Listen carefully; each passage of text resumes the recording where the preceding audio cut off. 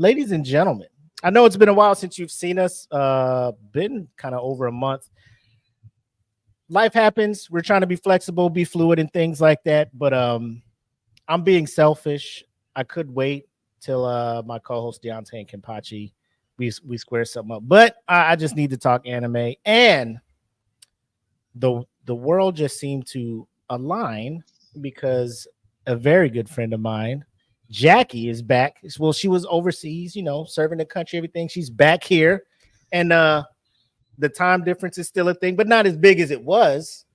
And I was like, who else would want to talk anime? So, I just threw a lifeline out there, and she picked up, and here she is now. Formally, we would be remember back in the good old days, Saturday Night Nerds, and we're sitting there like bullshit until like 5 in the morning. Oh gosh, those are the fun days though. Bro, it's like 5 in the morning. I'm like, Jesus, what are we even talking? Why is this podcast 5 hours long? We gotta chop this thing up. But That's when we first started. I know.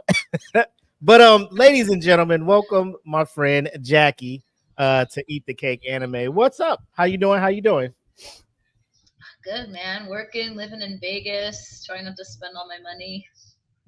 Or win money? You hit yeah, and all that good stuff? No. No, man, we just moved. I gotta keep buying stuff for the house still. I'm trying, man. 100% understandable. Well, so this episode, obviously, we're talking JJK, all that good stuff, and like we do every time, we're gonna, briefly talk about the manga, obviously the creator of the story, some of the inspirations that they got, and then kind of compare it to all-time manga sales when you're looking at it, because manga's been around for a while. Obviously, you got your big hitters and stuff like that, but some of these newer animes and these mangas that are coming out, I think they're getting a super push because it's starting to be more accepted, I guess, worldwide, and not just over in Japan and those countries over there. But without further ado, let me go ahead and bring in the opening to episode 3 of Eat the Cake Anime.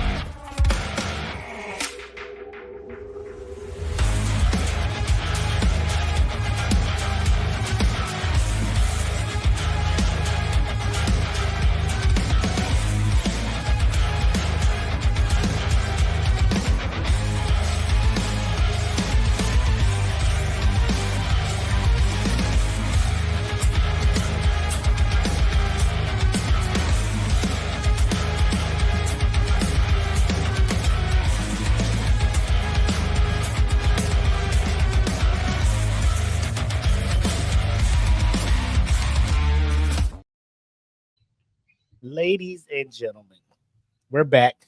Episode 3, Eat the Cake Anime. We are talking none other than Jujutsu Kaisen. Another one of these animes that I will say kind of helping push the popularity of the genre over here in the States.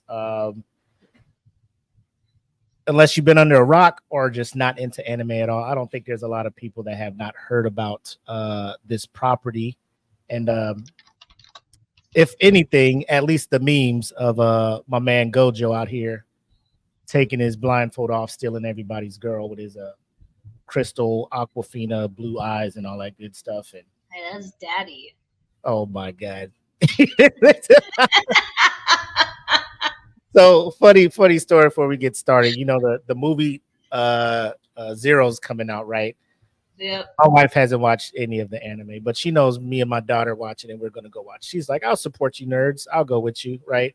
So as we're in the mall trying to buy, our JJK shirts to wear there. She's like, what's the name of the beautiful guy with the blue eyes? I'm like, how do you even know this? You don't even watch. How do you even know this? So that alone in and of itself, when people who don't even watch it kind of know of people and stuff like that, like she knows, One Piece, she hasn't watched it, but she knows about Luffy, right? She barely dabbles in Demon Slayer. She knows about Tanjiro. So it's when characters from a property achieve that level of like of being known without people partaking or knowing of their property, like that's when you kind of know you made it, right? That's when you know you made it.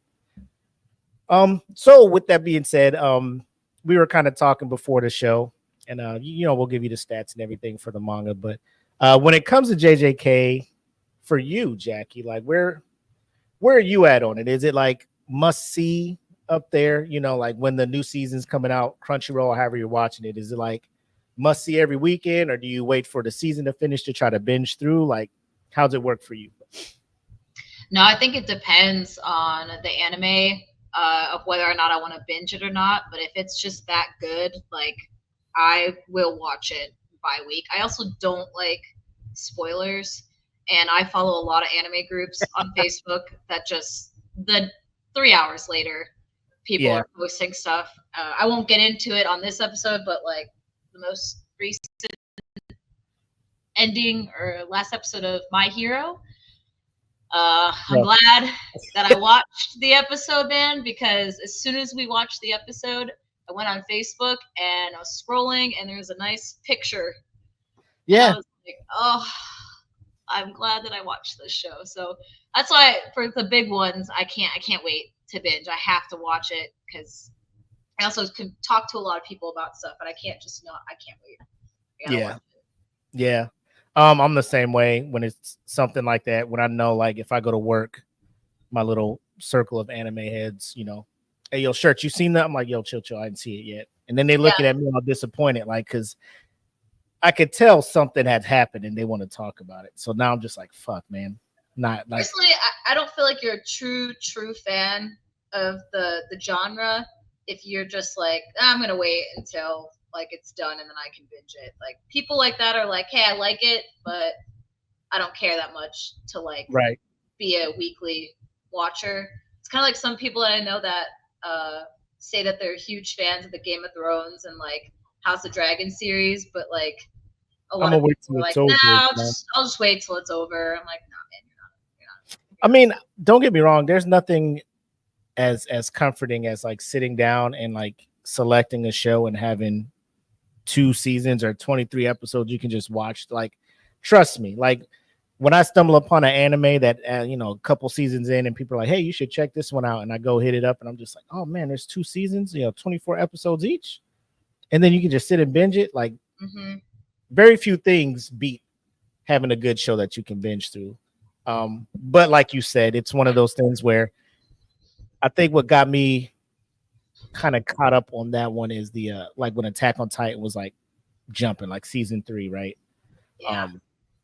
People, I mean, if you are missing episodes of Attack on Titan when it was going on, like you'll miss one episode and be super lost. People are coming to work like, oh, you didn't know that Aaron was, I'm not trying to throw anything crazy out there, but then you're like, what the fuck are you talking about? And you're super lost. But so real quick, Jackie, just introduce yourself to the people. Let them know kind of what was the anime that brought you into the culture, how long you've been partaking, all that good stuff. And if you want, you could try to tell people what your top 3 are. I don't know if that's like a rotating thing. We have yet to do that ourselves, me, Deontay, or Kenpachi, because it's a pretty tough thing. Like, it's a revolving list. It just depends on my feelings of the day. So just share a little bit with the people. So again, for those who don't know me, I'm Jackie. I think a lot of people we have on this Facebook group are friends of ours. Yep. But I started watching when I was, I think, 7 or 8. And I think what got me hooked was Toonami back in the day. That was back when Toonami actually played anime. And it was Dragon Ball Z, Yu Yu Hakusho, Sailor Moon, and then at, I think it was like 10 o'clock, it would end and it would go into Adult Swim. Yeah. And it depended. It might have been like the first one was like Cowboy Bebop, or it would go into, I just knew that Inuyasha was on at 11 and 11:30, and it would play again at 3 in the morning and 3:30 in the morning. This is the same episode. I did the same shit. Like, no, Yeah. this is just played at 11. What the fuck is Yeah. that? And of course, I couldn't always stay up that late. So Right. I remember they would also play it during the week. So when I was a kid, I had an alarm clock, put a battery in it, normal like bells. I don't know if any of these nerds know that because they have their freaking phones nowadays. But I would have my alarm clock, and I'd put it right by my my head, and I would put it for like 2:50 in the morning, and then it would go off, and I'd hurry up and I'd slam it like to stop going off, and I would go downstairs and I would turn on like the TV because that's when Adult Swim was gonna play, and then I would get up really close and I have the volume at like volume 8 so I could just hear it. My mom wouldn't wake up, and I would watch Inuyasha. And I don't know, that's kind of where I started. And then when YouTube came out, that was back when some anime shows would be on YouTube for free, and I would watch like shows on YouTube. I had like, my parents had a small, box TV, and that's where I would like plug in and set up to the freaking internet, and I would have a cable from the internet going into the to whatever, so that way I could like watch it, or I would have VHS tapes that I would get from the library. And I don't know, Yeah. I started watching all that, and then I started getting into like Fruits Basket, or in high school, Host Club. I think I was watching Code Geass was another one. I started getting more into it when I was in middle school and then high school. And then it just, I think when I joined the military, actually when I went from dub to sub, is I was watching this anime that was like a romance something. I can't remember. It's like Fushino Mori. I don't know. It was about a 16-year-old girl that was gonna die in a year. She was 14. She was gonna die, and she wanted to try out for this singing competition, but she had to be 16 or something. So she got these two fairy, like, death, like, I can't remember what they're called. And they came and they like granted her wish that they could turn her into a 16-year-old temporarily so she could try out for the things, and then she became a famous singer. And I got to a certain episode and they didn't make any more dub for it. So I had to switch to the sub in order to finish watching it. And then that's what caused me to start watching sub for everything, because there were shows that were out there that were never dubbed. And there was a lot that I liked. And then I don't know, after that, I think when I joined the military, that's when I started really getting into more anime and watching a lot more. Right. More so because like I wasn't in my parents' house, where like we didn't really have multiple computers. I didn't have a touch screen phone with apps that I could watch all this shit and unlimited data. I didn't have any of that. So then when I lived by myself, I can connect to the internet and buy my own stuff and watch whatever I wanted. But yeah, I think that like, I have to say my all-time top 3 probably Yu Yu Hakusho, Full Metal Alchemist Brotherhood, and then like I just watched Full Metal Alchemist Brotherhood again for like the 9th time, 10th time. I can't even tell you. Like a couple weeks ago. Now we're watching Yu Yu Hakusho again. This is my like 15th run through of it. I'm just obsessed with it. Have you seen the live action on Netflix? No, so it's tough for me with live actions because I still haven't even watched Avatar: The Last Airbender live action. I still haven't watched One Piece live action, and I want to. You're just very, very cautious with it. I am, because I don't. Those are near and dear to your heart. Yeah, I did watch the first episode of Avatar: The Last Airbender. I didn't think it was terrible. Is okay, but I didn't keep going after that, so I wasn't too disappointed. So I can't give an actual opinion on that. The Yu Yu Hakusho one I heard is really good though, for what it was worth, for it being live action. I just again didn't give it a chance. It's one of my favorites, so I have a feeling that I would just be very overly critical. And the top 3, man, I don't know. It's tough because I can give you a top 10 easily, but I think about like story building and character building is something that captivated me like constantly, and it wasn't even that crazy of a show, it would be like Hunter x Hunter, man. Like that's a close third, maybe fourth. Another one that could compete with that maybe would be damn dude, stuff. I'm obviously a Sailor Moon fan. So maybe Sailor Moon. I'm always going to be a fan of like the transformation girl ones because I always love a badass like female lead or females lead or ones that are like more you can relate better to, which I feel like that show's very relatable. They're not just like absolutely perfect. So I don't know. I would say like that's kind of where my 4-3 kind of are, and I think I don't know. It's hard to ever change that, even with the newer ones that have come out years later. You talk about really good ones like My Hero, JJK, as we're going to talk about. Like they're great, but if I had to put on a scale of 3, the ones I always go back to, I think are those ones.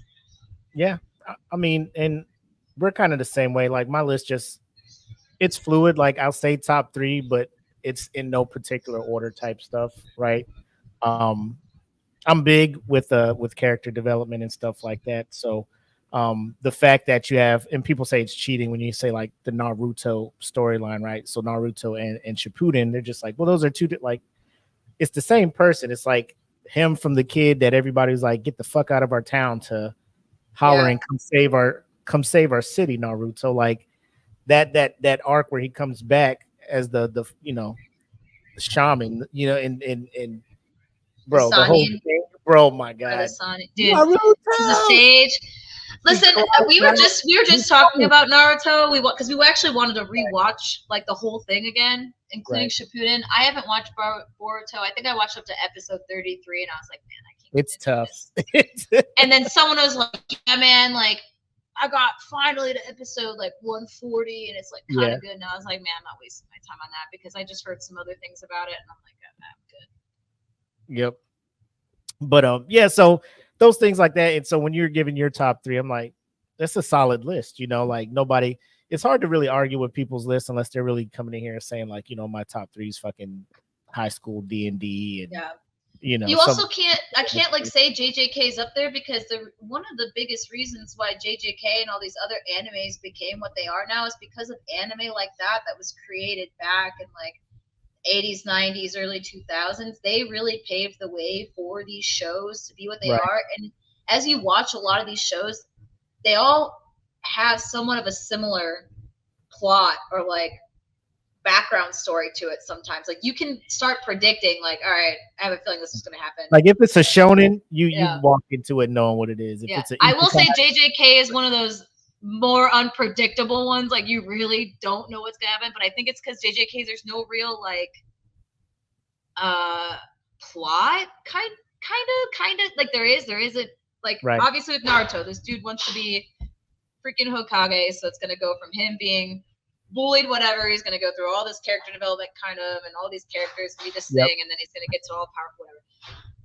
With JJK, it's not like that. It's not centered around the primary character, dude. Like you end up falling in love with almost everyone else besides like the actual character it's meant to be about, and there's no real like character development for him. He's just, this is who he is. And like, here's some maybe new things with him, but there's no like I don't know. I don't know how to explain it. I'm trying to think of the right words, but it's different. And that's why I think JJK is going to be harder for me to recommend if you want to get into anime, watch this one first. Yeah. Unless it's someone's personalities. They don't care for the story. They just care more about like fights and gore and sick fight scenes and just like crazy twists, I guess. So yeah, I don't think it's a icebreaker anime. Like it's not a gateway anime that I would recommend. Yeah. Like you'd have to have seen a couple shonens under your belt, or it's not your typical shonen, I would say. It's darker themes, things like it's people not coming back. A lot of that stuff without giving stuff away. So it's one of those animes where you sit down with somebody, because there's a handful of them where people will sit down and if they haven't seen it, be like, hey, don't get too attached to these people that you keep seeing on the screen, because at any moment, Game of Thrones it. You know what I'm saying? Like anybody can get it. It's like watching a comet got killed. Yeah. Oh my God, that's number one on there when it comes to that. Like I was shocked. I'm just like, there's only one season of it. Like that's it. Oh wow, and it's one of the top, man. It's up there in top like must watches. Yep. But without further ado, let us get into talking about JJK, the creator, and the manga itself, and the creating the manga segment of our show.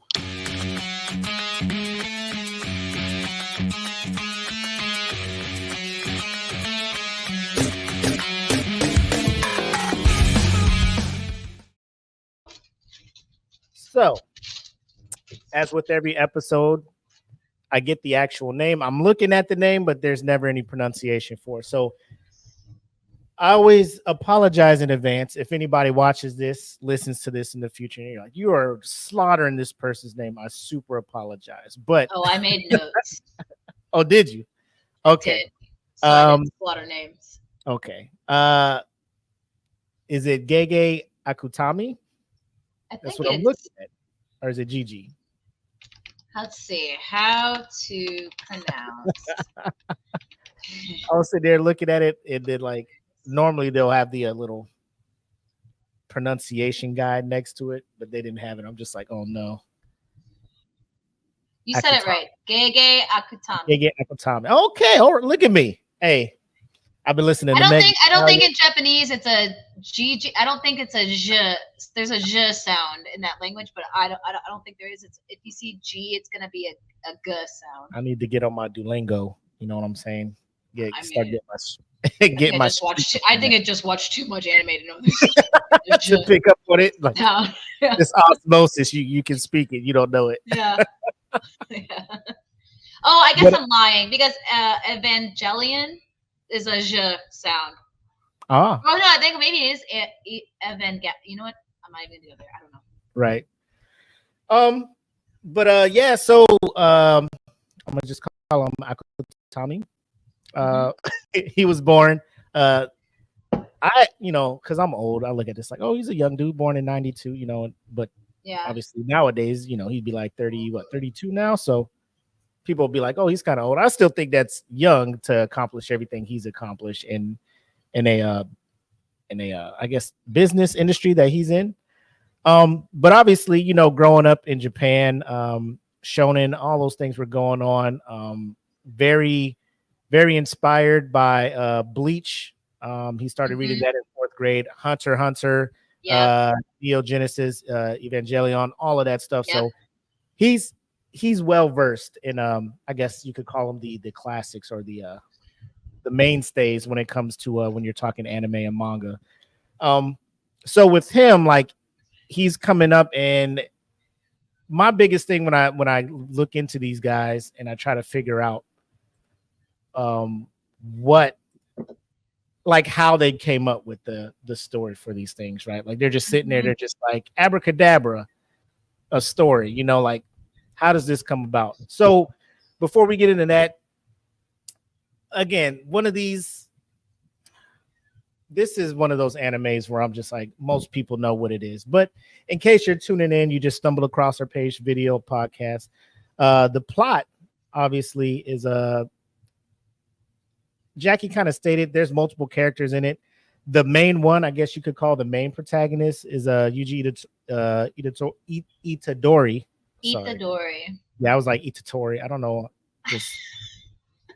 So Yuji. Right, and the naturally strong dude, and like with most shonens, like the protagonists always have like this one trait that kind of sets them apart, and then they're just like the chosen one to go on whatever. So he's in this town. The world is a world that is full of sorcerers, good sorcerers, bad sorcerers, and then there's cursed spirits, right? So obviously the good sorcerers are there to get rid of cursed spirits so they don't mess around with humans. Bad sorcerers are like, hey, we want to go back to the good old days where sorcerers were ruling the town and not out here hiding from people, right? So that's the struggle there. Cursed spirit comes to the school, Yuji shows up, fights it off.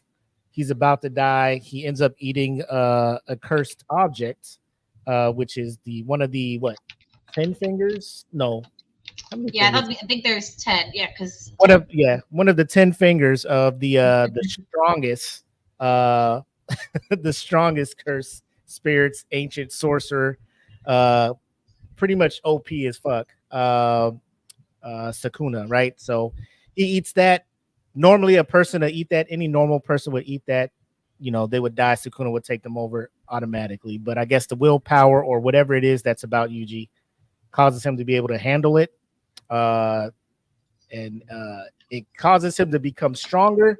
And then at times, he can give way to Sakuna to take over his body to do stuff. So this is pretty much the plot that's going on. They're trying to fight off the evil sorcerers that want to do harm to humans. So that's kind of the arc, the gist of it, if you will. So not a like pretty standard plot, but again, like Jackie said, when you get into the characters and stuff, that's what kind of pulls you into it more.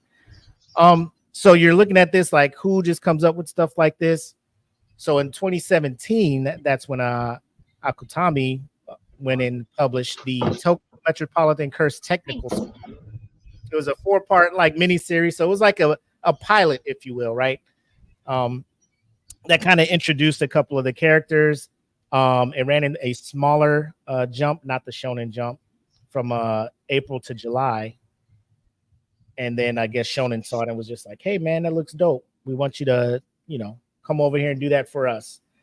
So then he started it. So this was back in March 5th of 2018. So we're looking at it now, 6 years of the manga going. It's still running. So it's still selling. So props to him for that. yeah. The biggest thing I like about this is when it comes to him talking about the influences and kind of how it works. So he states that Neo Genesis Evangelion influenced the mythological aspects of the series. Then he also was into like doing the YouTube, looking at hidden footage, horror films, and things like that. That kind of he was into occult stuff. Yeah, which 100%. If you watch the show, you'll be like, "Yo, this man, this man is into some stuff." Well, I guess Jujutsu Kaisen itself is translated in Japanese as like Curse Wars. Yep. So I mean, knowing that now, like, because you just turn it on and you're just like, is this like some kind of fighting style? Because I'm just like jujutsu, like jujitsu. I'm just like, oh man, yeah. But no, like one of the better parts of this show is like when you start doing the research and looking into it, you're just like, oh shit, now stuff is starting to make sense. 100%. He's also a fan of Togashi, Yoshihiro Togashi. The author of Yu Yu Hakusho, one of Jackie's top 3, and Hunter x Hunter in her top 5. I told you those paved the way for a lot of this. Yeah.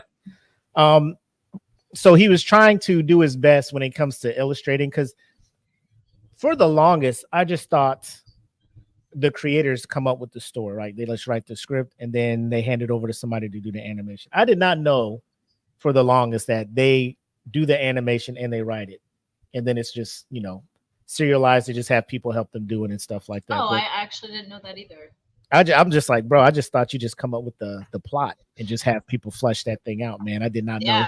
Because he was, so his whole thing was trying to have an art style as close as possible to that, which is an amazing. Also a fan of Bleach, and then other manga artists that inspired him is Kishimoto from Naruto, and then Yusuke Murata. I'm guessing I'm saying that right. Again, if for whatever reason this makes it to Japan and these illustrators are listening, like, who the fuck is over there in America, Runa? I'm so sorry. Have you ever heard them ever try to pronounce any American? It's the same thing. I think any country that tries to pronounce any other country's things, they're gonna butcher it. There's also letters and words and things that are not in like other people's languages that are. That's just how it's gonna be. Yeah. Unless you like actually immerse in it and educate yourself. I think facts. But yeah, so who's illustrated manga like Eye Shield 21, which I haven't heard of, but One Punch Man I have heard of. Oh, And yeah. then I think the biggest thing is when he talks about the magic system, because when you talk to a lot of people who read the manga or try to watch the anime, the fighting, the magic, the domain, like a lot of people get confused on that stuff. They're just like, I'm not understanding the standard, I guess, the progress of strength, I guess, that you would see in most anime. This one shows up and they're like all over the place. A lot of people get lost watching it. There's wikis that are out there that are built by fans trying to explain all of that stuff, which is I think that's dope when a community gets together and does stuff like that to try to, explain it to those that are looking for answers so they can better follow. They probably did it too, because I mean the best way to like understand it yourself is to do that, Right. because it can get confusing, and it Yep. is confusing because there's so many different curse techniques. I think that's one thing about the writing and the lore of it that's really interesting, is it is, even though it might be similar to like other shows that have stuff, it's still different. There's a lot of different things with like what they do and the things behind it and what it means, and also like everyone's striving. The whole idea behind the entire manga, the show, the story itself is the person becomes the Jujutsu Kaisen, which is the person who is able to use the most anti-curse techniques. And there's so many. It's such a wide. Is it birth or breath? Breath. Yeah, sure, whatever. It's a spectrum. You just want to be as wide on that spectrum as possible. I think it's like now you got me I'm messing up. Yeah, now I want to go on dictionary.com. Is it wide breath or wide birth? English. Wide birth? Oh, wait, maybe it is wide birth. Oh, that's to avoid or stay away from. So it's breath. Wide breath. B-R-E-D. Oh, breath. Wide breath. Breath the of knowledge. Breath the. English is supposed to be my first language, and we're all struggling. We're struggling now. It's cool. My excuse is it's late on this side. I don't know what your excuse is. So wait, where are you at right now? Sorry, I know we're going on a little off. I'm at Langley. I'm in Virginia. Oh shoot! I thought you were still in freaking Arizona for some reason. Ma'am, no. Big. When's the last time we talked, dude? It's been. Big facts. Big facts. Big facts. 10 years, man. Oh man. But back to the manga. The biggest thing, the magic system. He says it is largely inspired by Hunter x Hunter, whose fights and Akutami's words reject emotional arguments. Right. He's saying that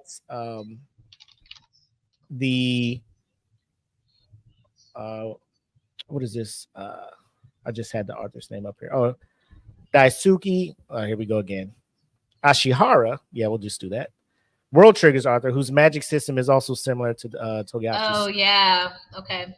He's trying to find and develop his own kind of style. So, I haven't read these other ones. I am familiar with Hunter x Hunter. And Yu Yu Hakusho and everything like that. So a lot of these shows, when they try to stand apart from one another, they'll come up with their own kind of combat style, their own fighting style, and things like that. So I can see he's trying to like take bits and pieces from a lot of the properties and things that he's grown up with, put them together, and kind of make his own thing. Again, like Jackie was stating, like it's very wild because somebody will do a curse technique that'll get reversed by another curse technique because of some other stuff, and you're just like, yo, what is going on, bro? Just put hands on each other, right? But that's not how they fight. That's not how all of them fight here in this world.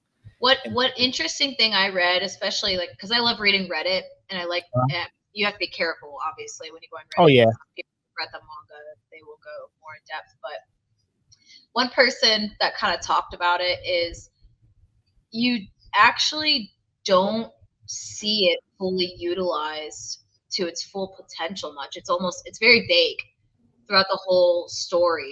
It actually doesn't really dive in, like how Hunter x Hunter really talks about Nen and what it is, and where it starts and the full capabilities of it. When it comes to the curse techniques and everything, it's very vague. There's Mhm. no like actual description of what the limit is, like what it can be, what it can't be. It's very vague. So it's like a softer. Someone said it's like a softer Nen-like system, with users being able to impose limits on their abilities to make them stronger, as well as having an increased effectiveness. The more people know and think about the ability, as their like own curse energy like feeds in Mhm. that way, which is an interesting take. So net energy, you got to store it, you got to train it, you got to work on it. Whereas curse energy is based off of feelings, negative feelings. It's Yeah. a lot of like it's different, it's weird, and I think that's where the confusing part comes into it, where a lot of like animes, it's just very linear kind of way, and like it can kind of like expand and get stronger, and it can increase in levels. It's like curse energy almost already has its limit, unless like you're able to increase your feelings or situation, if that makes Mhm. sense. I think that's where it can get kind of confusing with some No, things. and it's easier when you watch the anime and see it visually, when characters are kind of in certain stages of their training or knowledge of curse energy and how to use it, when they try to do certain techniques, when they go up against somebody who has been doing it longer, has a better understanding of it, you instantly see the difference in their powers and their abilities. So Yeah. um but getting back to the manga, like started back in 2018. It's only been out for what, 8 years now. And according to the, and I think all manga creators do this, they go to these conventions, these panels, and they're like, yeah, the thing's going to end soon, so he's been saying it back in 23. Apparently now looking at around on Reddit and different Twitter accounts and stuff, he spoke at one panel saying it's going to end in 2024. So we'll see what happens. It's July, so We'll see. Because I haven't read it, the so I don't know where they're at in it. There was right, some spoiler. I saw a spoiler the other day. I'm not going to say it, and I don't want to say it's a spoiler, because you know how sometimes when like something's eventually going to happen, someone's gonna meet a potential eventually right, and do something. You're just waiting to see when it's gonna happen. So it wasn't a spoiler. It was more like, okay, it did finally happen yep, in the manga, so I can see how it's probably now getting to that point. yeah, And if you also, as you're like thinking about like the story, I feel like there's also only so much or so far you can keep going with this. 100%. I'd rather it be. We talked about Demon Slayer on the first episode, but it ran for 4 years. Like 4 years, what, 260, 250 chapters. And it wrapped up, like it ended. And I'm like, I'm a big fan of, bro, just tell the story and end the story. Mm-hmm. Like give us an amazing ride, give us an amazing time, end the story. Um, Some of us However, don't have 20 years, man. yeah,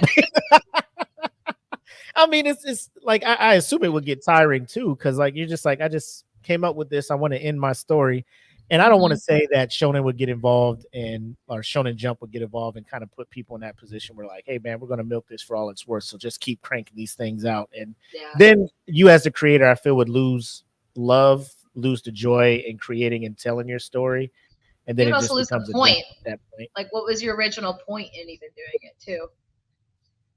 right? So I don't know. Hopefully it ends. I know My Hero was supposed to end at least 2 times back in late 22 and then in 23, and it's still going. And now people are just like, oh, it's definitely going to end now. So I just Yeah, sit back. I think the creator did come out finally with that, saying that it is ending in the next few chapters, I think I read, which is upsetting. I'll believe it when I see the end at the end of the fucking the thing. But I will say so far, just from January to July, as of July 23 is when these numbers are. Like Jujutsu Kaisen has been the top selling manga, both physical copies and digital copies, at 4,630,000 685 with what's it, Freeran Oh, Beyond yeah, the End dude. is We can talk right. about that later. Yeah, and that one is right behind it at 4,250,000. So and then you go down the list based on just the first 6-7 months, and you got these guys selling out 4 million. Checked on Wikipedia, and apparently it's at 90 million sold total Oh, for that's manga, crazy. for something that came out in 2018. And you're looking at some of the top selling mangas, that have been doing it from like the 90s till now, and it's already Mhm. creeped up in there. So it's on par to get into the 100 million, which I'm assuming it will, like if it keeps going for, I guess, the next couple of months or however. So yeah, 90 million plus as of 23 July 2024. So again, one of these things where it gets over here, the anime is obviously why it's popular, but the manga is also selling out, because I took my youngest over to the library and they have this new like kind of comic book section, but then you go over there now, there's like a whole section of manga, right? Yeah. That you go there and you see like, oh man, they got Jujutsu Kaisen over here, and Mhm. most of the volumes are sold out. They don't have all of them, but you can tell it's a pretty popular. Like kids are showing up wanting to read it, or grown-ups are going over and checking it out. I wouldn't blame them. So Yeah, actually, fun fact, it looks like Jujutsu Kaisen is even like beating Full Metal Alchemist in sales, and Yu Yu Hakusho, even Hunter x Hunter. is that total sales? Yeah, so like Hunter x Hunter has 84 million sales, whereas Mhm. Jujutsu Kaisen, like you said, has 90 million. Yep. Yu Yu Hakusho had 78 million. Full Metal Alchemist had 80 million. Vagabond, which is a huge one, is 82 million. Like the only one that is, this is per Wikipedia, so the only thing that's like on par since the 80s is Captain Tsubasa, which I have not read, or I don't even know if there's an anime created of Captain Tsubasa. I'm not very familiar with that one. Mhm. It is a shonen, but it's also a seinen. Seinen, I think is the way you say that. Yeah, it's almost number one in sales. Damn. For 50 million and 99 million copies. Sorry, I'm saying the wrong thing. It's between 50 million and 99 million copies, and with those copies, there's 90 million sales. However, for approximate sales for manga series total, it's not even in the top. I don't know. This is top 15 or top 20. This is an interesting list or table that I'm looking at right now that doesn't. The one on Wikipedia? Yeah, there's like at least 100 million copies and above, and it's not in there for sales. But then there's between 50 million and 99 million copies, and that's where it's ranking in like the top two. Yeah. Like I said, it's I could see it easily getting into the 100 million category. That's right above it, easily. I know they're in the work of another movie and stuff like that. They got video games out, but that's neither here nor there. I do want to say though, the anime, and like with the other properties we talked about, Demon Slayer, My Hero, when you're reading it, like with all of them, you see these amazing set pieces, right? And it's one of those things where, like, I know for me, like, I started watching the anime, then went back to started reading the manga, but there are things like now I'm reading ahead in the manga to where the anime is at, and I'm seeing these set pieces, and I'm just like, I can't wait to see this emotion, like with Demon Slayer and all of that there. So with that being said, we see that it's hella popular. It's not only popular over in Japan and those countries, but again spreading over the Western culture, to the point where obviously it took, what I think 2020 is when the anime came out, and every time you start hearing, hey, this manga's doing great, anime adaptations coming up, like the first thing I start looking to is like who's fucking animating this shit, right? Because At this point, if you're putting a manga or an anime out, if you're doing an adaptation from a manga, you got things like Demon Slayer out here, that's setting the bar for animation. You Mm-hmm. know, you had Attack on Titan. Quotable. That was yep. You photo anything you photable. You're just like, bro, Appa. got it. Mappa, Wit Studios, A1, I think, Bones. So there's the anime studios where you're just like, okay, if they're picking it up, we should be all right, you know. So you always want to make sure it's going to one of those studios, and you'll be more than likely happy with the result. But so yeah, it did get picked up. It went over the MAPPA, so let us go ahead and transition into the anime review of JJK.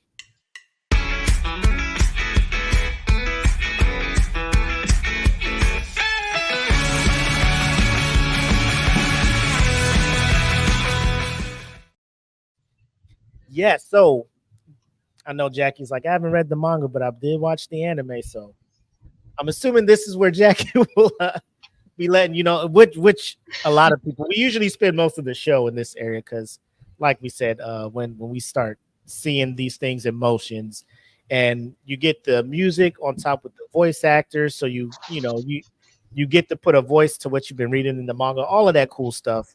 But obviously, the anime is what helps it get as popular as it does here on the western side of the world here, to where you go to like Hot Topic or Spencer's, and that's where you get shirts like this from, and everybody's rocking it. I wear this out, and like grown people are coming to me like, "Dude, your shirt's dope." I'm just like, Yeah. When would this have happened? Like 20 years ago or some shit like that. Dude, I remember when I right now I'm like thinking about when I was a kid in like middle school and high school. And I remember I went to my first anime club in middle school, man. Back then, there wasn't people who were the culture, like the people that were in that culture are very different than the wide breadth of people that are now in this culture of anime that like now I look at like the freaking like NBA and the NFL, like all of these people who are now talking about anime and like, are like certain type of like people where they like, have a normal life, they have a job, they like are regular people to have a conversation with, compared to like when I was in middle school. These people were like running around hissing at you and like throwing cupcakes and like, just hissing at you. Fun, interesting individuals, but also like, their life was just, they were very interesting and different, and if you liked anime, that's what you fell in. You fell in this category of the people. You were weird, and it was weird to like this genre. So it's like really cool now to like this culture of how people are and what they like and talk about, and the fact you wear that shirt, now all these people are just like, yo, that's sick, like all this, I don't know, to be like first, or to be a part of like when you liked it when it wasn't popular, to now see how much it's grown and how many more people are more accepting of it, being a part of it, and realizing how awesome that it is. It's not just cartoons, as people like to talk about it. It's actually stories and things about it that are like sick, and especially like Jujutsu Kaisen is just amazing. I don't know. A lot of people will complain and be like, oh, well, you weren't there 10 years ago. Like, now you're just a bandwagon fan. It's like, dude, let them in on it now, man. Like, this is sick. I like it now. Now I can like talk about it and not have to worry about, people now like making fun of me and ostracizing us in this. The worst thing you can do, the worst thing to do is to try to gatekeep. You know what I'm saying? Like, oh, you weren't there back when fucking One Piece started, so I don't want to hear you guys talking about it. Like, just chill, just let people jump in. And the biggest thing about that, I know we're sidetracking, but if you're new to anime and you're jumping in now, I'm so jealous and so happy for you, because the back catalog of all the shows, you can just sit down. You can watch it all for the first time. I wish I could watch some of this shit for the first time sometimes. That part, like watching Hunter x Hunter for the first time and that's the best part. Like Even show- after, like when it was show- reanimated. the shows with the slow burn, because like you tune in Hunter x Hunter and you just like, who's this kid with these short shorts and this fucking fishing pole and this dude with this briefcase? The fuck is going? This show is dumb. And then you get and then it He's did this you hear weirdo with this like thing for young children. clown with this sticky stuff on his hands. And Dude, people are just dude, like, yo, what are you he's actually talking my about, favorite. Mac? Yeah. I fucking love Hisoka, man. He's so sick. Even though he's But kinda then when that part hits and you're just like, you just tell them, just wait. And then they get to that part, then they see you the next day, like, yo, that shit was, I'm just like, welcome. You know, My favorite part is when someone finally watches, like they're late to the game of JJK, yeah. and they're like, they get to like Yuji and like freaking Toto's part when they're fighting against Hanami, and they're like, yo, and I was like, bro, tell me from your perspective what that was like. I was like, man, I need a friend like that. Do you ever watch on YouTube whenever an anime has a scene? Do you ever watch reaction videos to the scene? Oh yeah. Oh, dude, I watch those all the time. They're my favorite.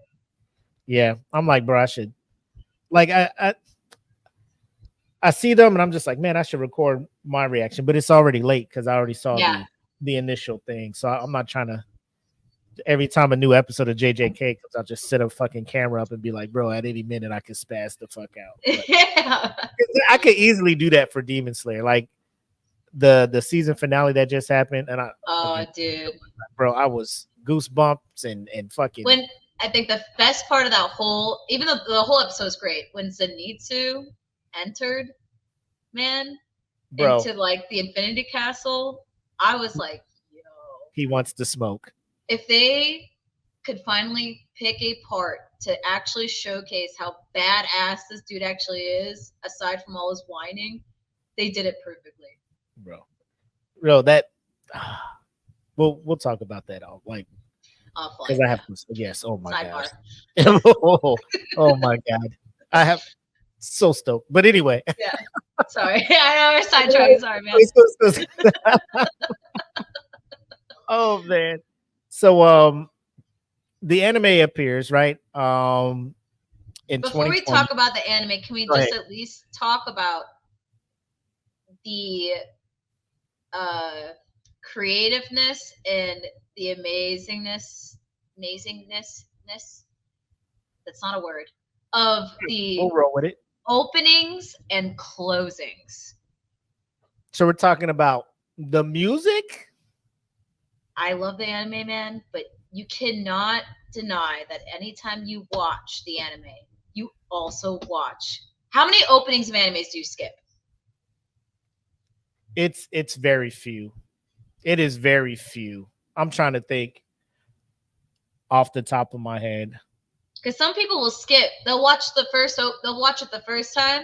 They're like, oh, that was sick. And then after they watch the anime, they'll skip it after that. Jujutsu Kaisen was one of the very few animes that I actually watched every. If the song is a bop, I'll instant. Like I always give it a couple of. I always give the opening a couple of playthroughs to see if it like. Yeah. If I'm gonna add it to my playlist, because I got a whole J-pop, J-rock playlist. Same. Okay, cool. Every single episode and closing of JJK is on my freaking playlist because it is that they could not have selected better bands, better openings to go with this anime. It's not even just the songs. It is the openings and the endings as well with it. Like talk about like manga creates like the story, the art, and the fact that then you translate the manga to the anime and the art with it, with that Mappa does like a fantastic job. They do. But then now you like create this opening and ending with these songs that, dude, like I don't think there was ever a bad opening or ending with this anime. Like I listened to them all again before we started this again. I'm like, dude, I don't think there was a bad one, man. I will say favorites, but the closing, the outro, the ending, I guess, for season 1, it was like an instant because it's so the contrast from like what you just watched for like 22, 23 minutes. They're dancing. They're going out putting hair gel in, going out dancing. JoJo is like, yeah. and Megumi too, the serious one. Yeah, that's what I'm saying. It just comes out chilling, you know. I'm like, I'm digging this vibe. Like because you know most Dude, it you went know, most, viral. most endings, right? Like the opening will be hella action packed, and then the ending be some slow song where they're just like staring up at the moon or the stars are going by, and it's like a slow song, which I could dig. You know, there's a few on my playlist, but you just hear the horns and it's dead. You're like, oh, what the? And you know, Crunchyroll's like, do you want to skip to the next episode? Nah, hold on. Yeah. Let them cook. Let me see what's happening here. And so, Yeah, it only took about 2 episodes for me to be like, the whole episode's playing. I don't skip any opening. I don't skip any closing. So, but yeah, not only that, but music during the show, I think it really does help because we were tracking talking OSTs. Oh yes, because we were talking My Hero, and you know you're watching that show, the fight, and like you understand the gravity of the matchup, the fight. You know what's at stake, but then when the orchestra comes in, the score starts playing in the background, and you know the My Hero score where you're just like fucking you. That shit motivates you to get up and fucking go do some real shit. You're just like, man, let me get my ass up out of fucking shit. You know, let me get this gym up, you know, plus ultra out this bitch. You know what I'm saying? Yes, dude. But the same thing in this one, and the biggest one I go to is I'm not sure, is it the season finale of season 1 where Megumi and what's her name? Oh girl with the fucking Nobara are fighting the fucking those twin brother demons, and like what, like Sorry. the music that was playing. No, it's cool. The music that was playing. I'm trying to find it. Yeah, me too. Yeah, Nobara. Yep. So Megumi and Nobara, they were fighting those demons, and you know they're fighting, and then they do no, Megumi wasn't fighting. It was Yuji. And Yuji. They were fighting, and they did that thing. They were fighting, and the matchup wasn't working for them, and they did that. At the end of season 1. Yeah, and they did that swap, and and the music kicks in, and it was like it was going from one person to another, and they had the guitar doing the riffs between like dun, dun, dun, dun. I was just like, yo, I want to punch somebody. I want to punch somebody as hard as Yuji is punching somebody in this movie right now. But that part, and then like Megumi, he was fighting off somebody, and he used his domain expansion for the first time, and that music was pumping me up too, and that was the first time he's. Oh my god, the music for JJK. Let me search. Who is the in charge of the score? I have all of it. I have all of it. If you want to know, who is who is in charge of the music? I don't know, but I have all of the songs. I have the for openings and closings. For OSTs, I don't have that part. But I had this conversation with Steven. I'm like, have you ever listened to scores on like shows and movies? Like we were cleaning the house one time, and I'm getting off track a little bit, but I played the score of like How to Train Your Dragon. It's like, have you listened to this shit? This shit is like amazing. Sometimes the score is better than the soundtrack, because like I'll hear a song in the movie and I'll go look at the soundtrack. I'm like, what the fuck is all this shit? Like Bleach's OST is good. Even Naruto's Hunters is good. They're iconic. Yeah. A lot of them are like, and I won't go there, but some video game scores, like a lot of people will talk about those sometimes. You can go movies, but no, JJK is like, it's like it can kind of be like I don't want to say hip hop, but it's what's the chill hip hop? Lo-fi, thank you. But then it'll be like lo-fi rock kind of, because they'll also add that element to it. It might be like kind of soft, but then it goes in the dude. It's Yep. So Hiroaki Tsutsumi is in charge of did the original soundtrack for the anime series. So he composed all the OSTs. Yes. So that man, let him cook, let him continue to run that. And then, like you said, the opening theme was that Kai Kai Katan by Yep. Round Round Season Mysterious 1 Warriors. by Eve. By Eve, yep. And then Lost in Paradise by Ali. Bro. at the end. Lost in paradise. Classic. Like that Dude. song comes on, people who don't watch the anime know what it's from. They're like, this Yeah. the song, this the song from the anime, right? Like you don't know the name, but you're aware of this song. Dude, I will say my favorite opening though of all time for Jujutsu Kaisen, because I will go back between Kakai Katan and then Vivid Vice, but that opening where the first half of season 2 was like Gojo and Geto's like their past. backstory. Dude, Yeah, that opening cold. is, dude. I watched that opening so many times. Even when like randomly I'm on YouTube, I'm like, I gotta watch this opening right now. I don't know why. And then I downloaded the song and I was like, I don't know what it is. It's like that chorus part. They do it so well. What is it called? For the season's first it's 5 called episodes. Ao no Sumika by Tatsuya Katani, season 2 first opening. Dude, Where Our specials. Blue Is. Can we talk about specials, dude?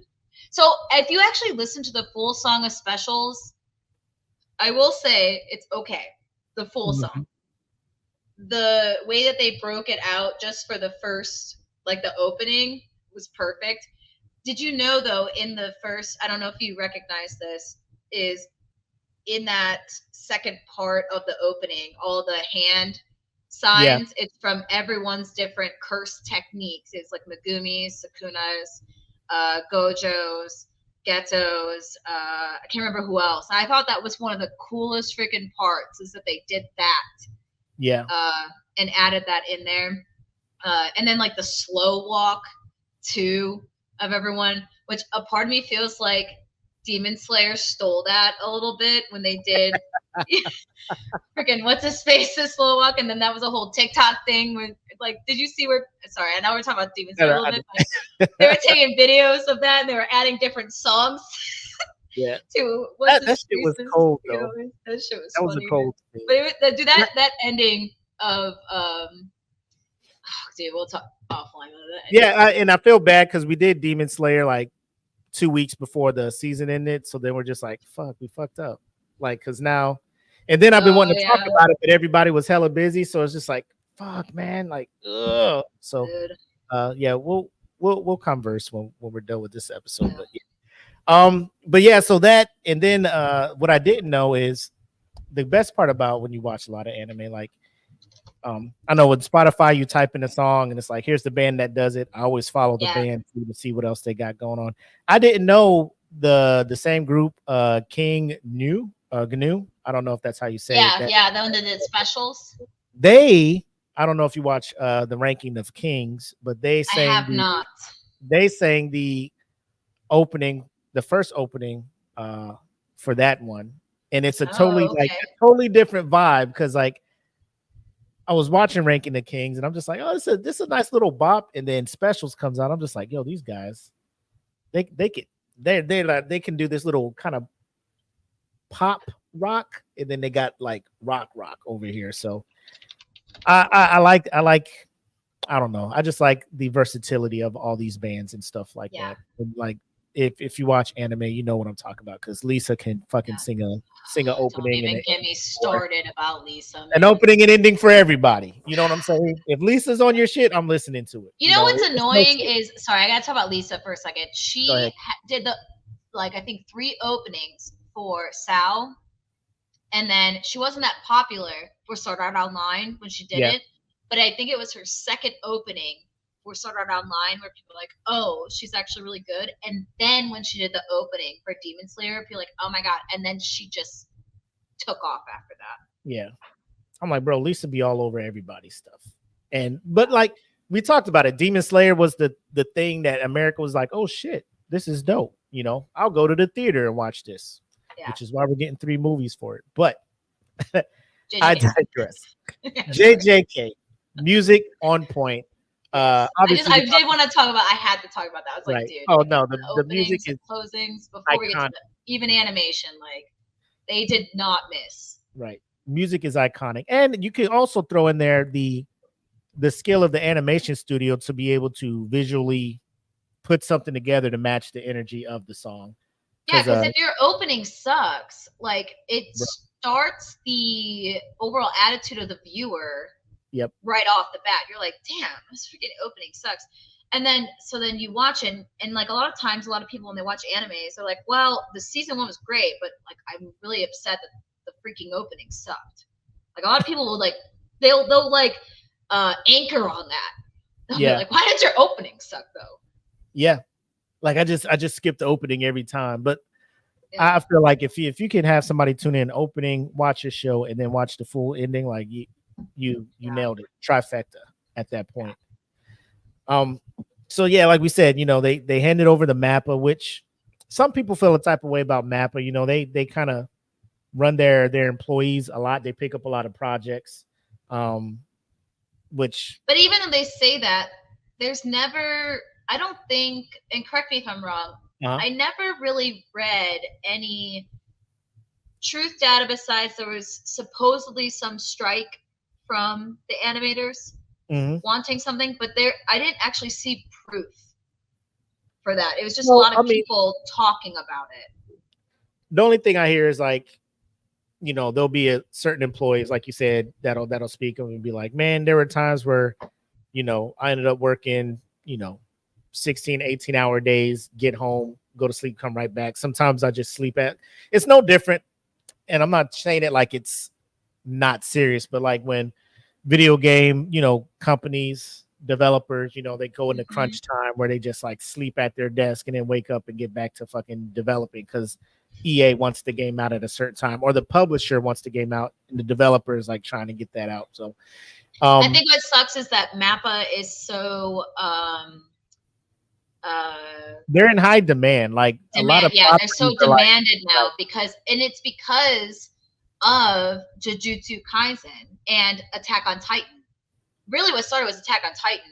Yep. And then that paved the way for Jujutsu Kaisen, and then others that I think One Punch Man. Actually, One Punch Man was one of the first for Mappa. They do Vinland Saga too, so yeah. But even then, when Vinland Saga was out and One Punch Man was, I don't think Vinland Saga and One Punch Man had the popularity yet as much as Attack on Titan did. And then once everyone was more demanding of that type of animation style, then it got more and more and more. And that's what sucks for those creators, is that now everyone wants Mappa or Ufotable to now animate these, but Ufotable is doing the opposite of what Mappa's doing. Ufotable's like, nah, man, this is gonna be unique to freaking Demon Slayer or whatever else we want to do. Mappa's like, bring it on, and that's what's causing the overwork of the workers, which sucks. Right. And it does suck, but when you're watching it, like my fear is like they're gonna pick up so much stuff, they're just gonna start like being shit. The quality of their animation is gonna drop, and that is not the case at all. Like these dudes are continually putting out quality stuff. The amount of stuff they're putting out, again, it's one of those, I don't know where people stand on that. Like, hey, give these people a break, kind of go the Ufotable route where they're just like, for a while, they're just like, we're just animating the Fate Stay Night, Fate Unlimited Blade. Like we're just with the Fate. And then now we're into, this Demon Slayer. And I feel that them taking their time, like if I think Mappa's now realizing, because a lot of people are, before even the creators were saying anything, it was the viewers that were actually making observations themselves, which then caused their creators to start going out on Twitter. And it was just a few workers that were saying things. And then I think Mappa, because I haven't seen anything for the past,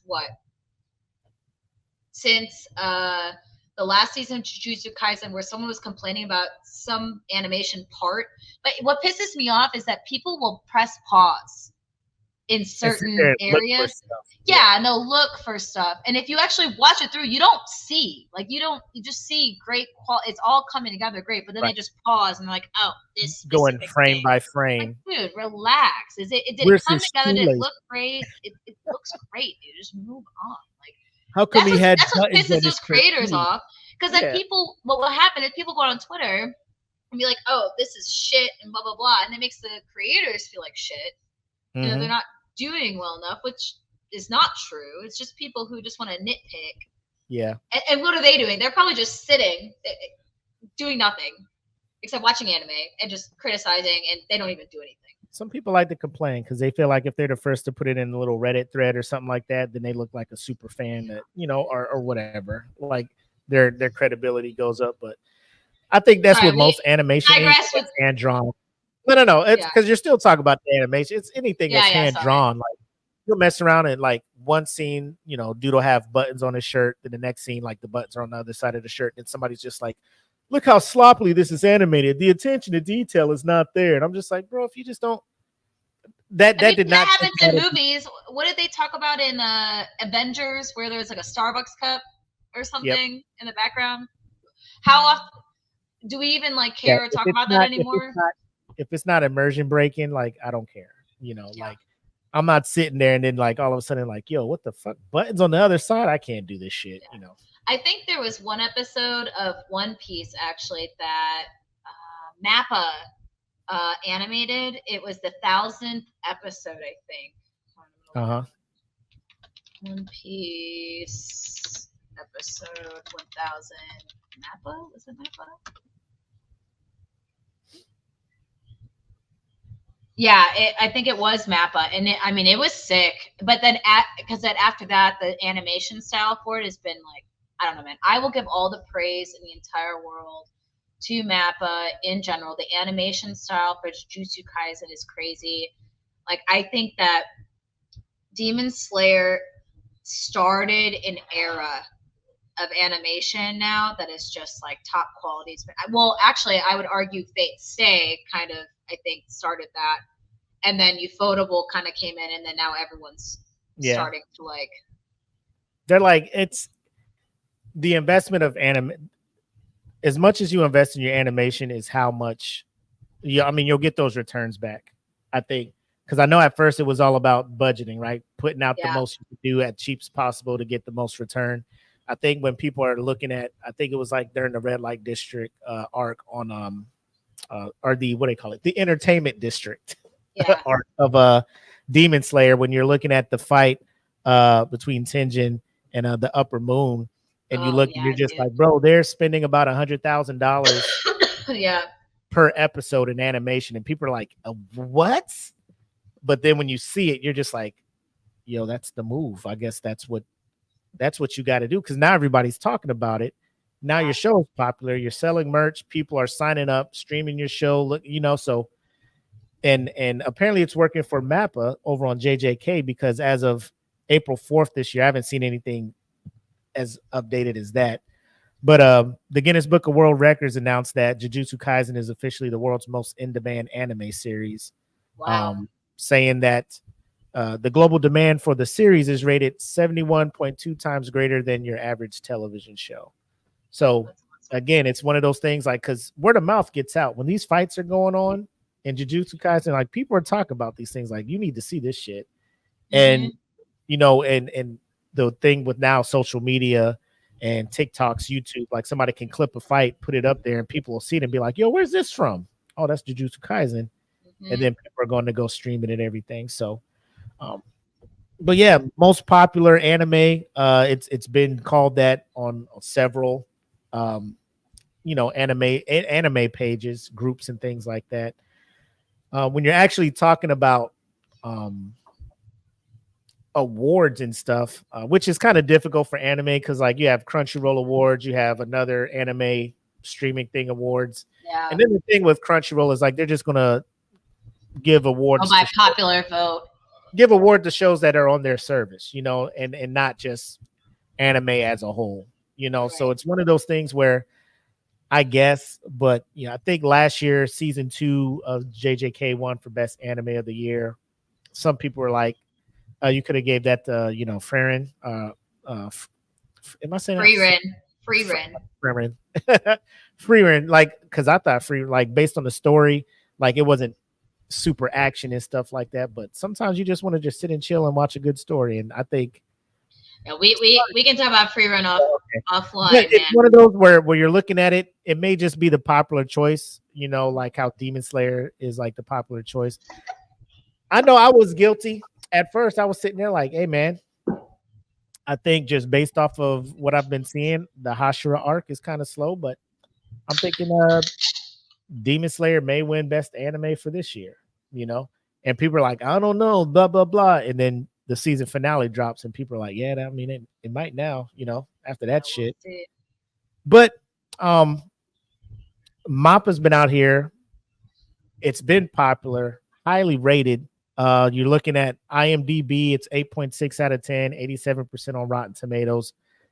Who's giving this thing anything less than 5 on Rotten Tomatoes or a 4? Like, there's people in here giving this thing a 1 on Rotten Tomatoes, and I'm not I even. think that and like I said, I think it's because, and this is what I talked about previously, it's not, you can't relate to a lot of the characters. It is purely just action based.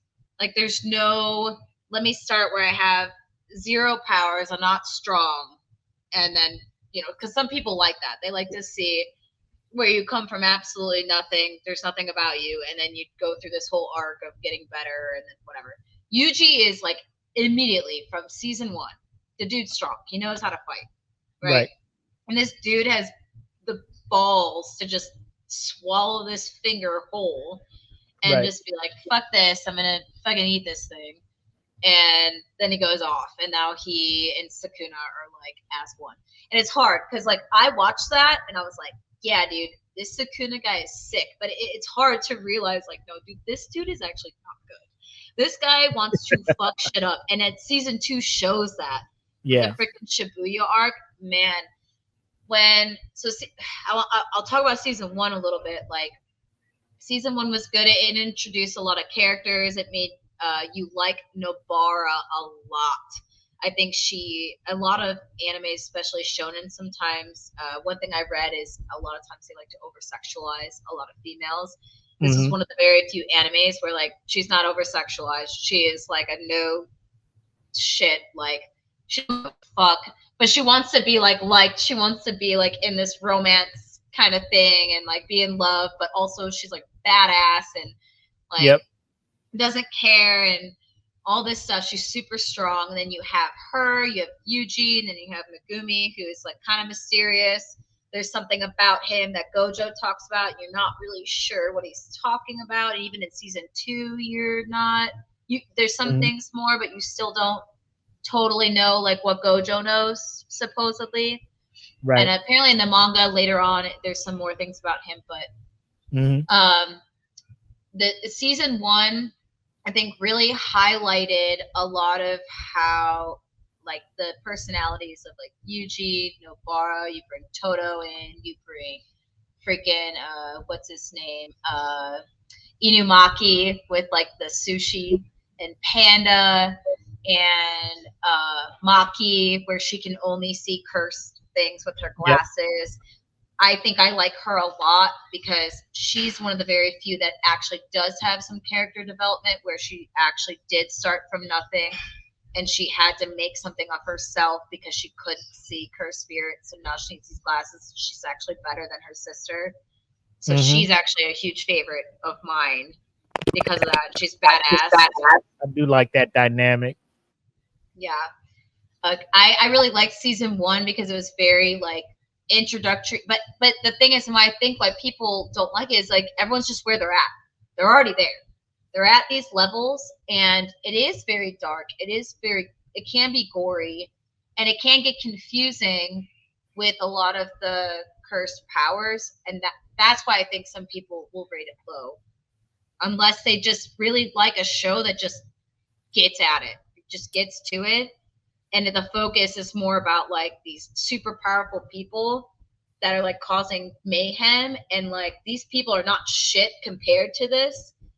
And it's, like, a lot of death, a lot of darkness, and a lot of, like, just how the fuck are they going to, like, excuse my language, how are they going to just do this? Like, how are they going to deal with this being where they're at right now, which is, like, nothing. Yeah. I mean, it's, like, I was looking at some of the 1-star reviews, and it's just like, man, It's people, I guess, who haven't even attempted to try to like watch past the first episode or something like that. Some people are giving it 1 star because they're like season 2 is worse than season 1, so they're giving the whole anime 1 star. That's crazy because I think season 2 is fantastic. Season 2 is bananas.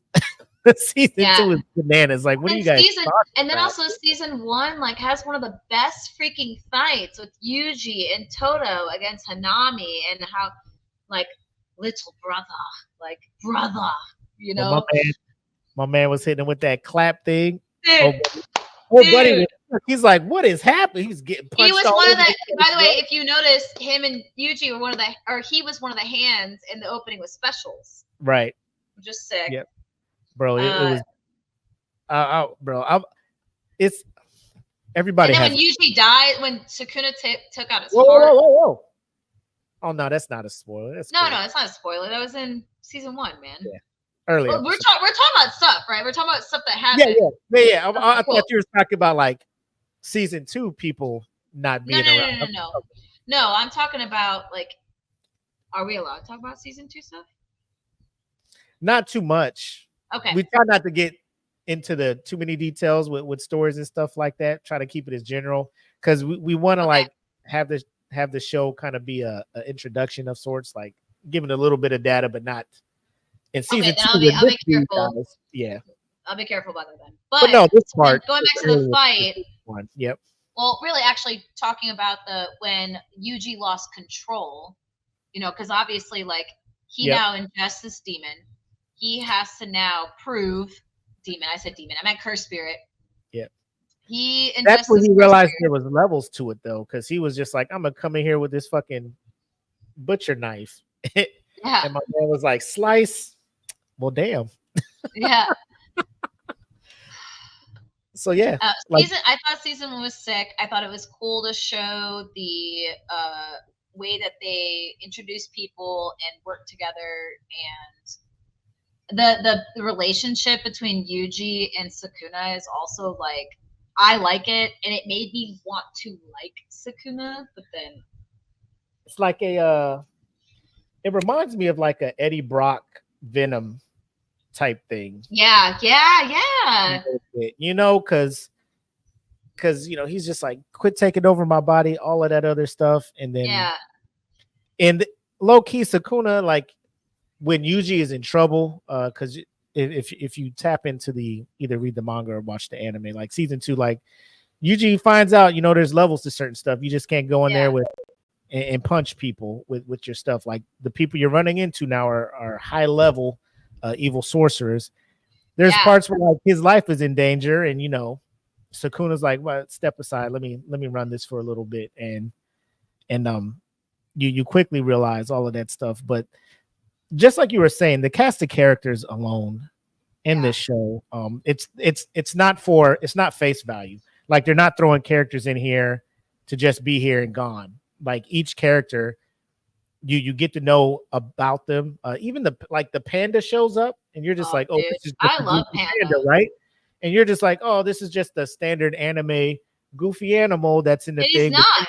Then you see the backstory, you're just like, oh, this motherfucker is serious about this shit, bro. Like when my man transforms and is about to get ready to fight, you know, it's serious.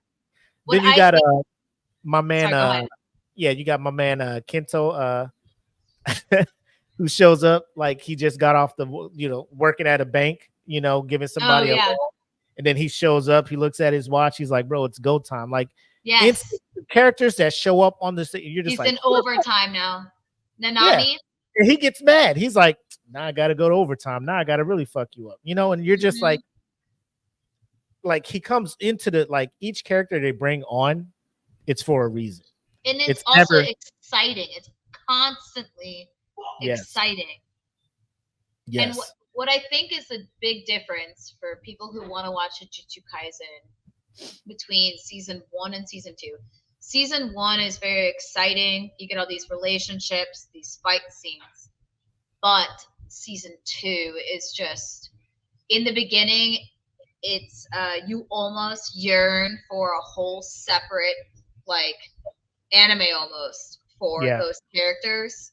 but you get a good backstory of like how those characters became, or how this kind of started almost. And it's good because it makes you and that's what I mean by Jujutsu Kaisen, where it's not centered around the freaking main character like it's supposed to be. It's not a traditional anime. Another anime that does this is like Chainsaw Man. Chainsaw Man is very similar, where like yes, you have the main character the first like 2-3 episodes, but then it goes into all these other characters that like it's not just centered around this one person. But Jujutsu Kaisen getting into like season 2 is like you go into the past for like 4 episodes, I believe it is, or 5. 5, yeah. Yep. And then it gets back into it, and it's like a complete shift into what your emotions were season 1. Now you're in season 2, and it's just like horror. And you don't know how to feel now about some people who you were liking, other people who you would form this attachment with, and now you're seeing things happening. And it's just a constant, like, every episode was just like constant, just anxiety. Like, you have anxiety for each episode, but also excitement because you're just like, what's going to happen now? What's going to happen now? What's going to happen now? And it's shocking. It's very shock value, which I think's what makes it's so great. And then talking about the movie a little bit, the movie was good because it talks a bit about the other characters and another character that's extremely important later on, or who will be important next season, really. And that's what I like back in the day when anime would have movies, it was not really canon. It was always just like, hey, here's a fun movie. That's even nowadays, because My Hero's the biggest culprit of that shit. Like, no, you're right. My Hero movie comes out, you're like, yo, what the hell is this? Like, they're gonna give you some nice animation and shit, but does it tie to the story? No. And that's why I think Jujutsu Kaisen I like because the one movie, even Demon Slayer does it too. But you have to watch the movie in order to know what is going on. Jujutsu Kaisen did the same thing. You have to watch the movie. If you don't watch that movie, you have no idea who these people are. Yes, and like what's happening, and the understanding of like these characters and why this is so important. I think Jujutsu Kaisen is not about Yuji. It's actually about Gojo and Geto, truly, and all of them, and how what happened with them is now affecting what's happening now, and it's caused all this shit now. Because really what it comes down to is, I think it was in season 2, I won't spoil it too much, but between Geto and someone else, where they're having a conversation, the female, and then Geto pretty much says like how he's feeling, which you'll see it in season 1 and even in the movie, how he is the protagonist. You can Google it, he's the protagonist. They didn't do anything about it. They could have, and they didn't, and now look what's happening. Yeah, because I mean, in I don't know, I think it was like late in those first 5 episodes when like Gojo and Geto, they're like talking, and Geto was kind of like, bro, you know, we used to be kings, we used to be running this shit. Like, and now they were best friends. And that's what I'm saying. Like that dynamic right there, and I guess you can say that's kind of like standard shonen, where you have like 2 best friends and they go down different paths trying to get back. But I think Geto is not the he's not truly, he's not the Sasuke to Gojo's Naruto. Like I don't think there's any coming back to be like, you know what? Yeah, I messed up. We can be friends again, you know. I was reading something though about like what I forget who it was, what the creator was, his inspiration between the relationships of, it was like, I think it was Naruto and Sasuke. He was inspired by that. So when he wanted to talk about the characters, oh my gosh, where did I have it? Of what it's right here.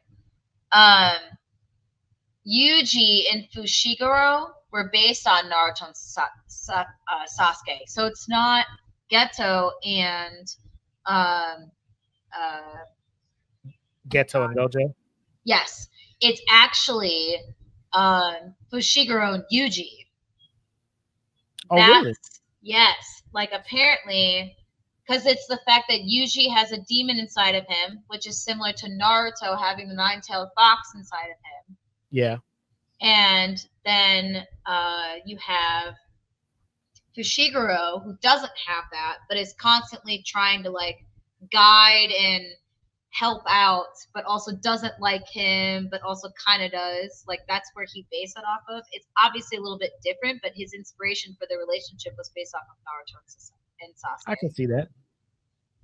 But not Gojo's and Geto's, which is weird because you would think that's more similar. I think maybe more Shippuden wise, because With Kakashi and what's his name? Obito? No, yeah, it's not Obito. It is, isn't but it? it is. I would say that's whose relationship you can, which you, so you can, as you watch this, and if you are a huge Naruto Shippuden fan, you can see elements, and like you said, that he was influenced by this anime. You can see it. Mm-hmm. Go through it, you can see how some of it was influenced, but it still is different. It's still made in its own way because even the way they communicate and how some certain things happen throughout the seasons between them, it's not the same, obviously, which thank God, because now you're just repeating stuff. But yeah, but it's just small things like that because you'll have that in My Hero 2 between Deku and Bakugo, like, which is I think standard shonen stuff when you look through that. Yeah, but like you said, they did have the movie as well. The movie did perform well. It came out after, I think, kind of right in the hype of the Demon Slayer train arc movie, when everybody was just like, "Yo, anime is pretty dope out here in movies." Mm-hmm. They released Jujutsu Kaisen 0, which kind of gives the backstory of Gojo and Geto kind of button heads, but then the first 5 episodes. And Yuta. Yep. That's what it's centered around, which when I first watched the movie, I didn't realize. And my significant other, he also, we thought it was going to be about not Yuta, but Fushiguro. Yeah.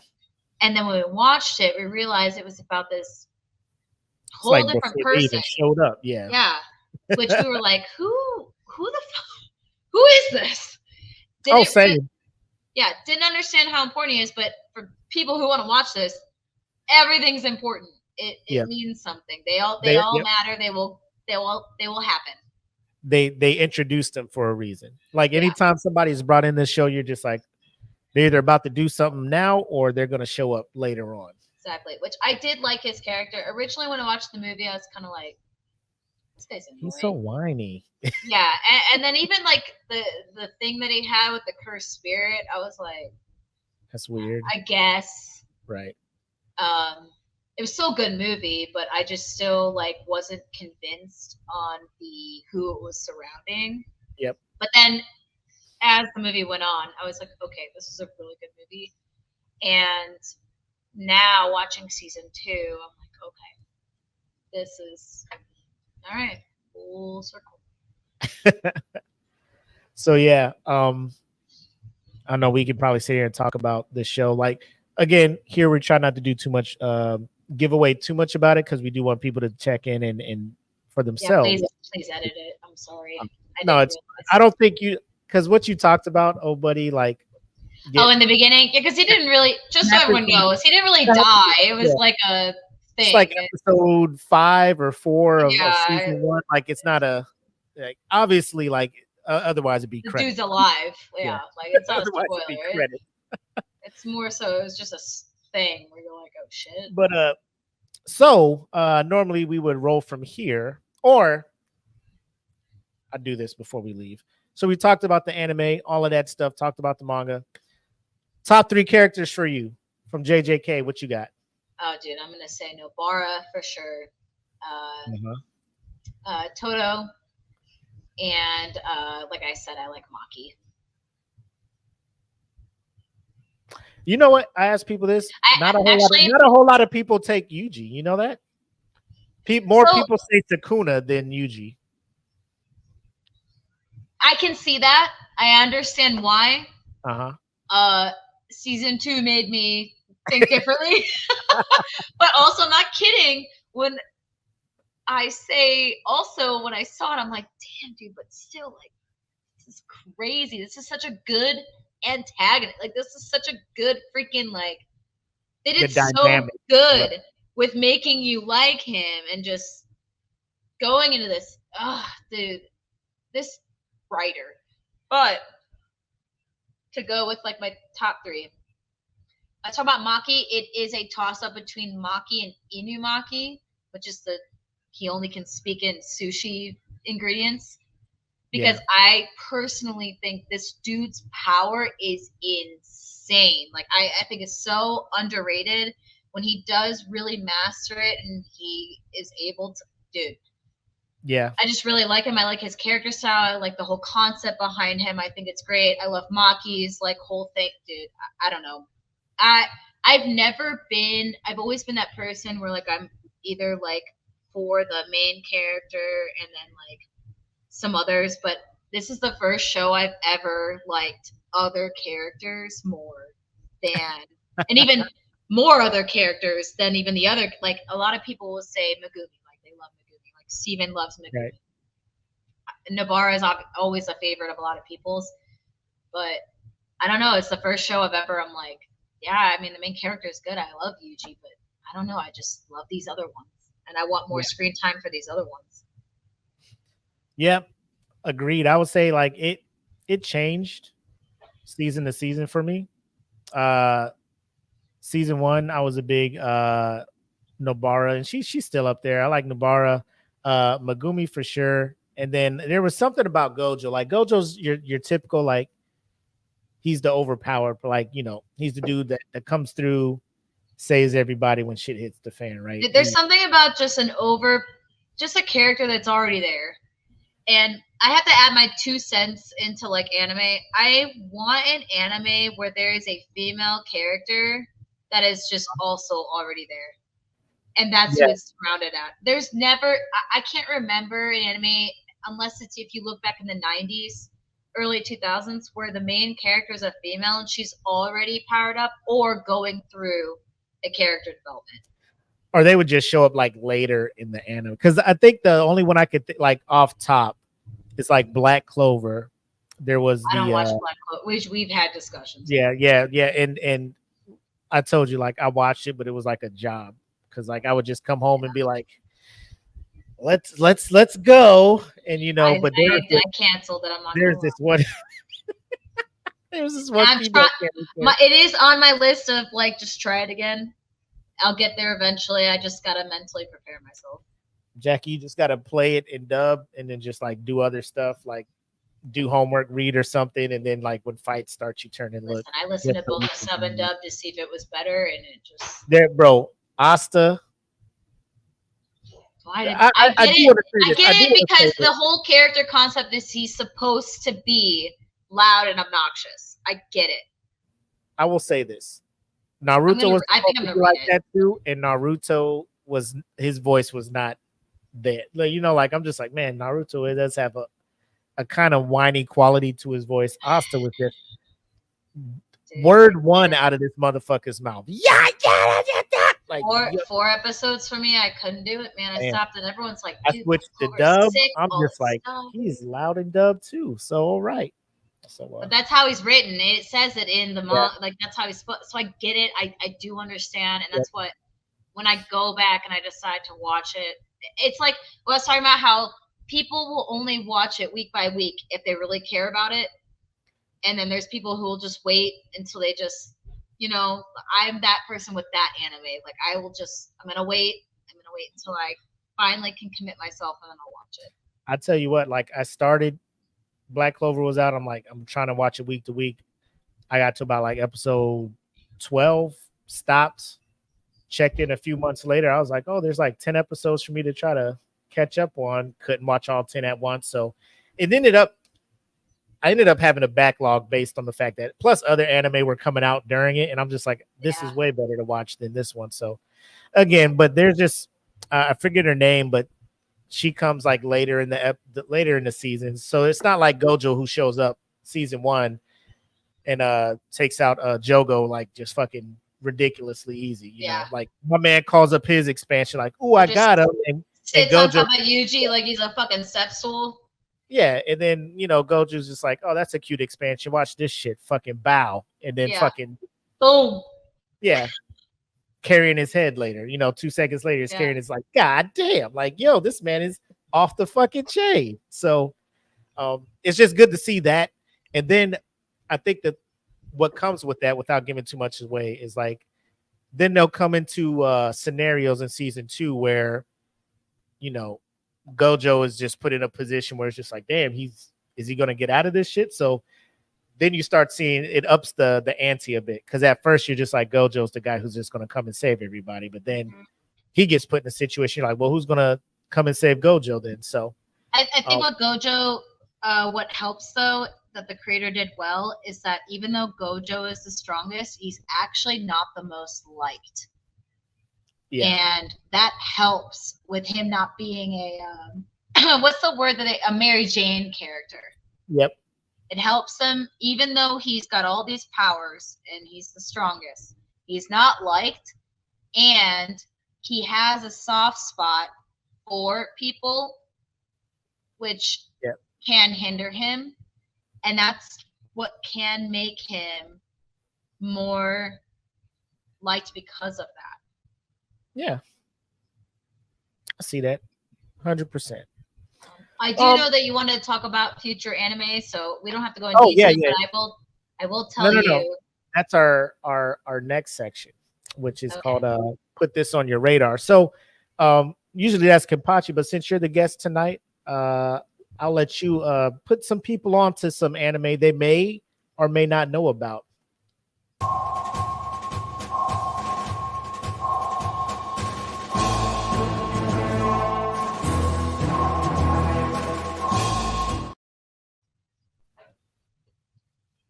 All right, Jackie, what you got for him?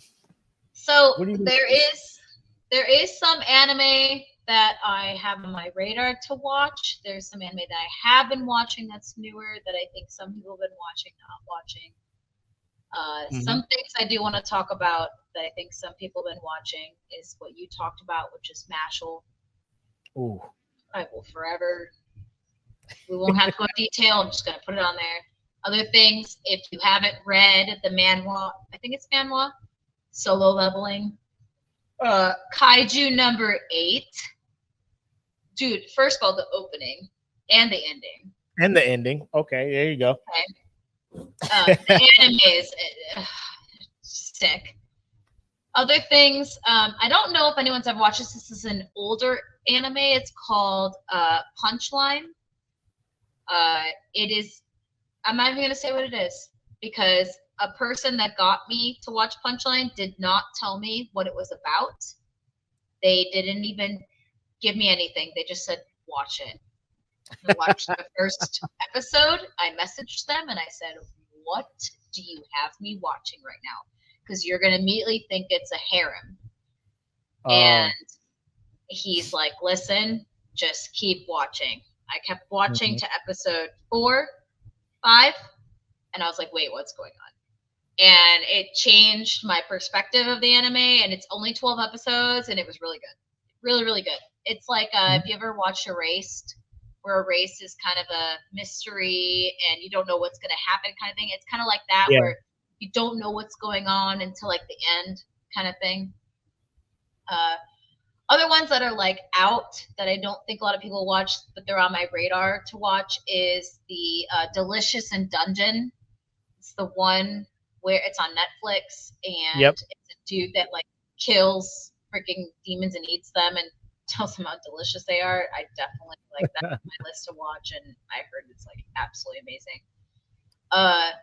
The other ones that are on there is also Sengoku Yoko. It's up there too for like, it's like a brother and sister demon type that not a fan of humans, but are like trying to learn how to be. And it's heard nothing but absolute great things about that one. There's also one that's like how to use healing magic. I'm saying it wrong. One of those long titles. Yes. That one is supposed to be really good. The Suicide Squad Isekai that just came out, I have not watched it yet, but I definitely think that should be. Is that on Max? It is on Hulu. Okay. And then one that me and Steven have been watching is called Onimushu. It's on Netflix. It's about the samurai guy. Dude, pretty sick. It's like comic book kind of style of animation. Really good. I like it a lot. It's really good. And then this new one that's been kind of being more popular, and I kind of want to check it out. It's called Mayanaka Punch.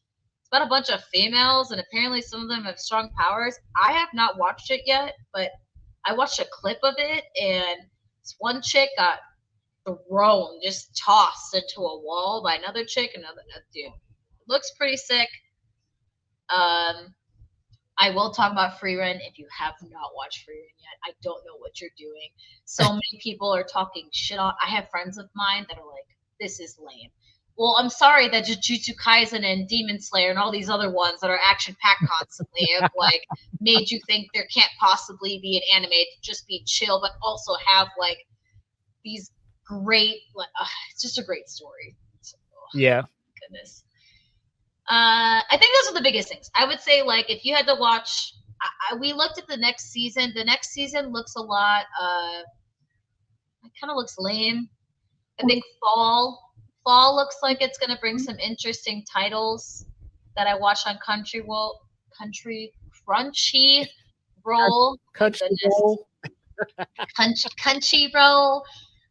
Crunchyroll has some fall titles that are coming out that look a little bit more interesting. Mm-hmm. But those are the ones that we're kind of looking at. If anyone hasn't watched, it was like, it's about a cat one. Oh my god, it's actually really great. It's a slice of life. It was like, cat anime. I can't remember the anime name. The masterful cat is depressed again today. How do you come across these? Are they recommended to you, or you just go to Crunchyroll and just scroll over and be like, this one looks kind of fun?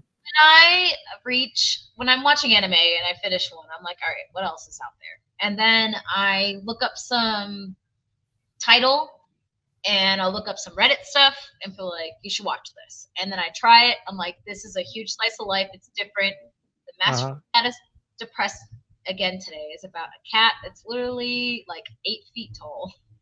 It's about this cat that cooks and cleans for their human who cannot live without their cat. It is funny, and it's a slice of life. It's very chill. So if you like just chill, not like crazy animes, sometimes those animes are the best, where you're just like, I want to watch something chill.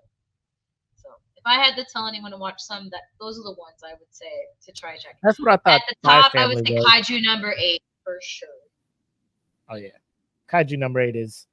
That should be on a lot of people's radars because, again, it's one of those anime that the manga's doing well, the anime is performing well. People are just like, yo, this is the season of anime is upon us. A new anime will come out. A lot of these companies, they're putting their money where their mouth is when it comes to the animation. So it gets the word of mouth that the Demon Slayer gets and stuff. So I will say, shout out to Demon Slayer, My Hero, and things like that for making that the standard. Because there was a time where we would start to get a great animated thing, aka Seven Deadly Sins or a Promised Neverland, and then companies would Promised Neverland's animation kind of fucked that up in season 2. Yeah, and companies will get lazy and be like, let's rush this whole thing, or let's skip on some of the animation, skip the budget on that, and so Ufotable's not holding back, Mappa isn't. And then a lot of these other companies, like we've been talking about, Wit, Bones, A1, things like that. For mine, real quick, there's a anime called, and I came across it because Black put me on it, called Bartender Glass of Gold. Oh, yes. Yeah, and that one, I'm just like, oh my god, this ain't bad. It's not a shonen. It ain't no big fights or anything. It's this dude. He's like a prodigy mixologist, bartender, whatever you want to call him. Works in this bar that not everybody can get to. People are going there. They're having problems in life and things like that. and my man, he'll listen and fix the right drink. I'm low key watching this shit. Like I want to try one. I'm gonna So, try to so make. you wanna know what that's based off of? What's that? It's based off of a video game. Is it? Yeah, there's a video game. I played it on Switch. I'm playing it currently. It's I think it's called Bartender, and it is the bartender makes a specific drink that the person wants to have, and then they talk about like whatever they're going through. And it's just a huge like what's it called? They call those games oh my god, indie chill games. Okay. It is a very it's like Stardew Valley is very chill. It's like those types of games where you don't have to Yeah. really do much except like read and press A and make the Make the drink. drink. Yeah, but And it's it's on like a just story based. I think Jake and that is what that's based off of. Well, I think because I play that video game. The video game's been out for a while. yeah. So you saying that is that video game. Yeah, I like it. Again, it's one of those, just it's just like music. You just can't watch shonen all the time. You just can't watch these heavy action ones. Just sit back, No, you get watch burnt them, out. yeah, just because then they all look the same. Just sit back. It's only 11 episodes too, so it's a quick watch all of that stuff. It's good times. But Before those we are end, some- though, I did want to show you what I got from my anime convention I went to. So I got this drawing that is dope. when I was there, and then I also got this one. That's cool. So we're gonna put that up in our wall of our video game anime area. So we went to the anime convention that came, and there's this guy that was just making drawings on just pen, and then he would take some of them and then he would put them on his computer, and then he would make it a little bit more digitized so it's more clean. But yeah, we saw a lot of Jujutsu Kaisen stuff when we were out there. Man, it's the new hotness, and I'm sure the next time anime convention comes around, you'll see some Kaiju number 8 stuff over there. And it's I don't know. It's just I just love the fact that it's growing and it's being more widespread out there. Because like at first, like I'm walking in Target and people are just like, "Yo, man, where'd you get that shirt? I love that shirt." I'm just like, Yep, my peoples, Yeah, come, let's talk while my wife shops. Let's talk about the fucking latest season of this shit. It's fan theory, some stuff, but awesome shows to put on there. And then if you guys have any more, if you're watching or listening, feel free to put them down in the comments, because I have a continually living document that just when people recommend an anime, I just put it on there and be like, I'll get to it. Mm-hmm. So I'm never going to say no. I will always give everybody's suggestion a chance, because sometimes, that's how you stumble upon these hidden gems. That's why I hang out with you, Jackie, because you always put me on. What was the like super cat that cleans for the? I'm just like, the masterful cat is depressed again today. Dude, it's so funny, man. Me seeing that title, I'd be like, never in my life. But if you're just like, dude, it's legit. Like, because you put me on slice of life. It is 100% a slice of life, man. Jackie put me on fruit baskets because I was in my whole man. I was like, if it ain't got people fighting and shit, I ain't trying to see it. I thought I was cultured because I was like, I watched Death Note. That's not a shonen. I've been around. I know what I'm talking about. She's like, fruit baskets. Fruit basket is a classic. I don't know. And then I watched it. I'm just like, bro, this is better than most drama television that's out there right now. You know what I'm saying? Like, it's a drama, romance, kind of fantasy action.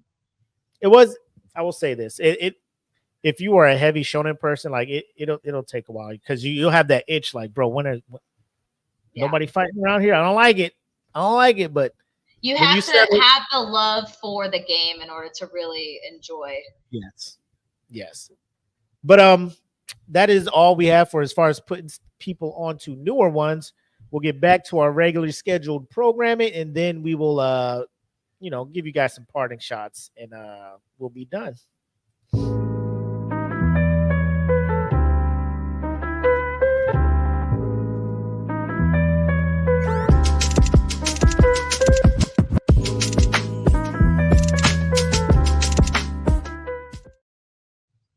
I thought it was funny you were talking about lo-fi, and I'm just like, bro, like. As soon as you put that on, I was like, nice. This is it. This is where it needs to be.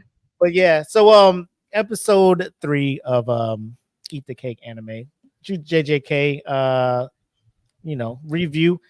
Some sidetracking stuff, but I mean that's to happen because I haven't talked to my girl here about anime in like forever. And like we talked about in the beginning, like we would fuck around and start talking about some shit, and it'd be like 5 hours later. Yeah, that's how our shit sun ended at fucking 5 coming a.m. up and shit, sometimes. like, God But also, we had damn. like 8 people sometimes in it, so Yeah, I mean it was like a big nerd session. We're just like, man, what about this one and that and this, that, and the it was third? But great.